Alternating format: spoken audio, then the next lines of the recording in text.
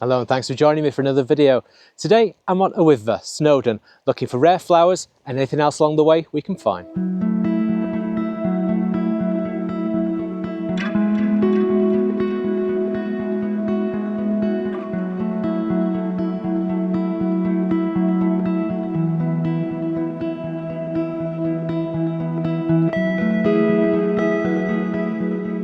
My quarry for today is Snowdon Lily, named after the mountain, and this is where we're going to focus our attention today. But I'm just having a bit of a breather, having walked up the mountain and lugged my camera gear, which weighs a ton.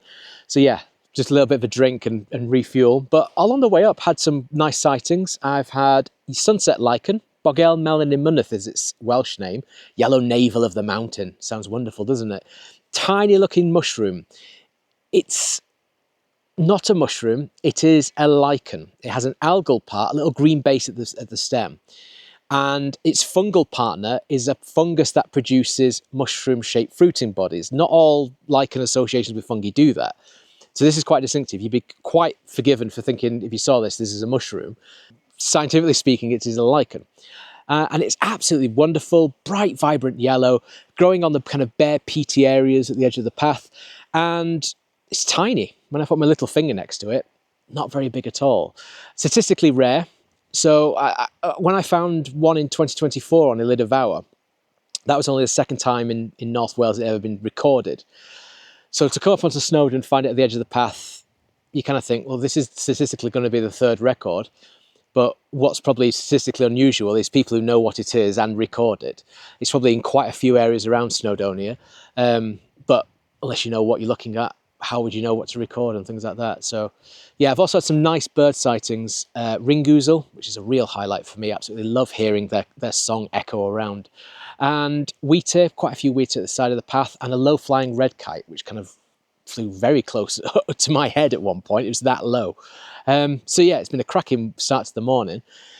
But yeah, now it's time to go and look for some of those flowers.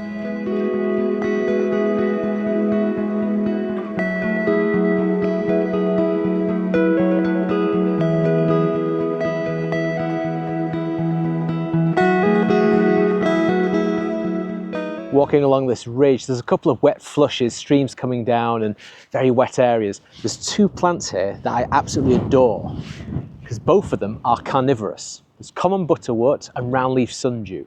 Common butterwort has purple flowers and bright, vibrant lime green leaves. Kind of it looks like a starfish, green starfish on all the kind of wet moss and things like that.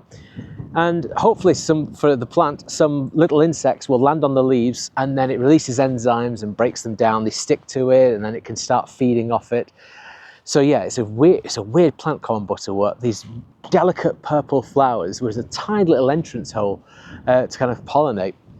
Yeah, wonderful to see that. And roundleaf sundew, another carnivorous plant, more typical of kind of wet, peaty kind of areas. And that has very, very, very sticky little leaves that kind of just make sure flies and things stay attached to them, and then again starts to break them. They die, break them down, feed off them. So I love plants like this that kind of make a living through doing what most people don't think plants can do, which is kill things. You know, we just think of them as very beautiful things, but no, there's some very sinister little plants knocking around these mountains. So yeah, I'm going to spend some time with them, and then we'll crack on.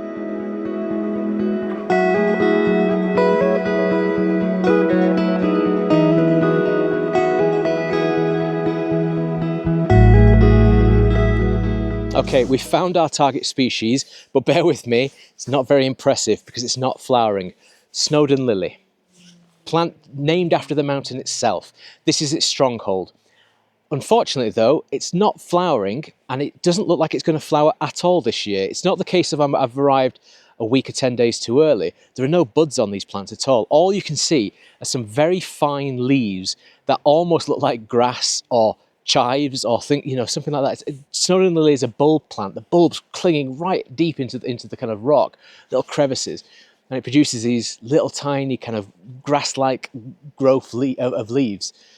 And it should have a nice white lily flower on it, but no, it's the second time I've been to this location and it's not flowering, which is disappointing because I really wanted to show you Snowdon Lily. I kind of have, but not at its best. So it doesn't matter though. The great thing we're looking for Snowdon Lily If you don't find it, you are in a sea of all sorts of other interesting species. So we've got other alpine loving plants here as well. We've got northern rock-cress, which has very nice white flowers, mainly on a nicer, sunnier day than today. When they're wet, miserable, being drizzled on, being battered a bit by the wind, they don't look as impressive as they should.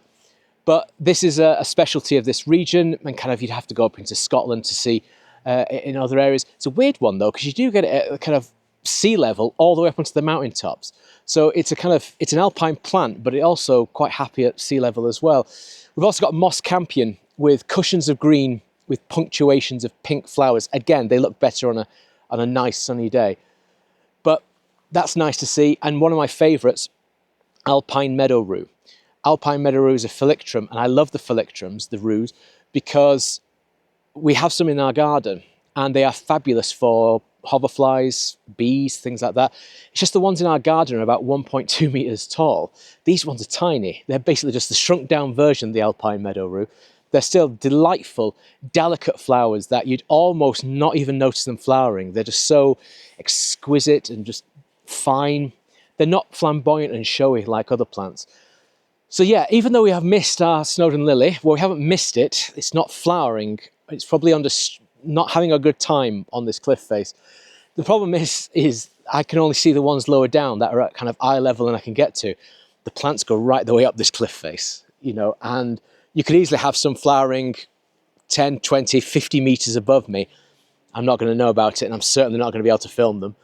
So sadly, the ones at kind of eye level, they're not flowering, but it's just another reason to come again. The great alpine plants, looking for them, it's weirdly addictive because you're trying to time it just right. Like today, the reason I've come today is because I need a day where I don't want glaring sun because it's awkward to film, especially during the middle of the day. I need low wind speeds because you don't want the flowers blowing around, and I don't want it raining. You know, there's so many criteria you need to kind of hit it just right. And it doesn't often happen. Today's the best day in a kind of 2-week period, and today's not really that ideal either. But it shows how bad how bad it's been on the other side of today. So yeah, I'm not disheartened though. Some lovely plants and still more to find. Let's go.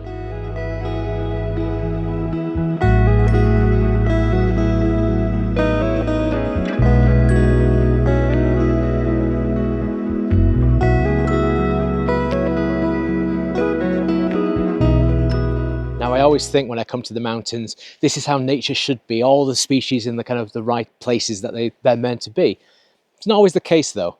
There are still plants around here lurking that shouldn't really be here at all. In fact, the one down below me on the wall, this is a plant that should be halfway around the world. This is New Zealand Willowherb.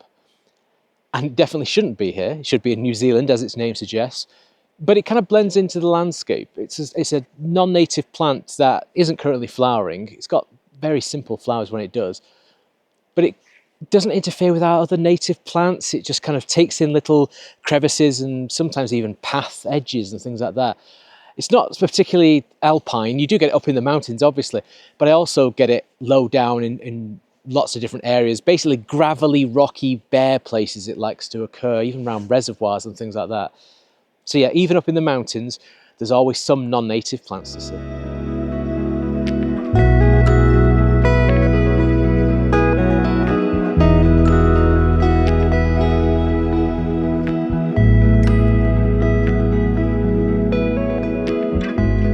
Now obviously I'm looking for all the rare alpine plants, but there's also a supporting cast of flowers which you wouldn't necessarily expect to find up a mountain, or not at least on face value. Behind me here, there's a lot of common dog violet in full flower. It's been over flowering for 4 to 6 weeks near me, yet because we're higher up in altitude, these are just at their prime now. We're into early June, doesn't feel like it at all, and I'm sure these flowers are thinking, probably should have waited till July looking at the weather. But they're absolutely glorious, cascading down this cliff face in full flower. They're not the only thing that's around that's a little bit surprising. A lot of wood sorrel. When you're walking around, there's in amongst all the kind of grass, there's lots of punctuations of these shamrocks coming through. And it's wood sorrel, and yet there's not a tree around here at all. But a lot of these plants can tolerate having no trees. It's quite humid in amongst all the rocks. They're just absolutely fascinating. There's also another weird plant growing on this cliff face, thrift, sea pink. It's a plant you'd normally expect to see by the coast. In fact, in 2 videos ago when we were at South Stack, that's the kind of place you normally see thrift. It's along the coast, those big cliff edges, or around the sand dunes, things like that. But it can grow inland, it can grow quite a way inland if the conditions of the soil are right, and it's kind of rich in minerals and things like that. That's exactly what this cliff face is. So when I first saw it, I was kind of like, oh, what's that? And then you go, oh, it's thrift, you know.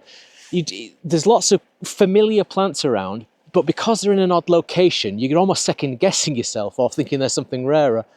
So yeah, it's not all the rare stuff that's interesting around here.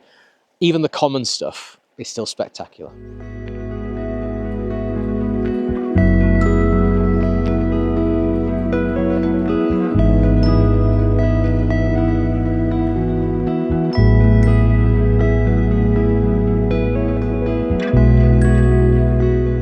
It's been quite nice to get to grips with 3 of the club mosses on my walk so far. Stag's horn club moss, Alpine club moss and fir club moss. We've covered stag's horn club moss in the crimpy eye video, but it's this kind of sprawling, growing over the path edges, very procumbent, growing on the ground. Whereas the Alpine club moss, it's a very close relative, much more erect, daintier in appearance with these lovely fresh lime green, fresh shoots coming out.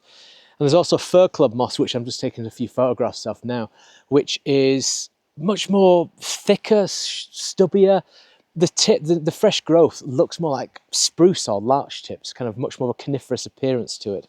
So that's nice. There's also some beautiful saxifrage growing in amongst some liverworts as well, just behind me. So getting some photos and video of that. Yeah, this area is just so much to see. Not enough time, I'm afraid.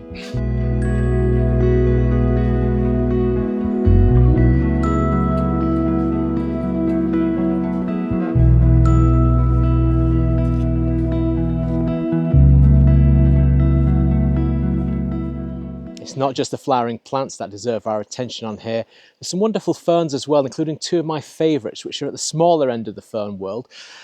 Green spleenwort, which is a plant that grows quite commonly around here in all the nooks and crannies under the boulders where it's wet, along little streams, things like that. Closely related to maidenhair spleenwort, which you find commonly in towns and cities and things like that. But it's just a delightful little fern. And the other one is parsley fern, which gets its name because the leaves supposedly look a bit like parsley. There's quite a few plants that are kind of named parsley something. I think we use parsley as a very much a kind of gauge of it kind of looks like this plant and everyone knows what parsley looks like. But anyway, parsley fern, parsley fern, I was getting confused then. Parsley fern growing in amongst all the nooks and crannies of the boulders looks absolutely fantastic. And it's a plant that is not just common in Snowdonia, it's common in other parts. It likes a bit of altitude, but it's one of these species that when you see, you know you're in an area where there's potentially lots of other interesting things to find. I get excited when I find parsley fern because I think straight away I'm going to find something else that's really quite interesting. So yeah, I think I'm going to leave it there on this one. It is my wedding anniversary, and as I started filming, I did realise that I have left my wife, Lauren, on our wedding anniversary to go off and play in the mountains looking for plants. So I need to probably dash quite quickly back down the mountain, grab a bottle of wine, some cards, some flowers, and apologise for dashing off. But hopefully you've enjoyed this. If you don't see me next week, then assume I'm buried under the garden for missing our anniversary. But yeah, if you've enjoyed it, if you can like and subscribe, that will really help the channel out. And I shall hopefully see you on the next one. Bye for now.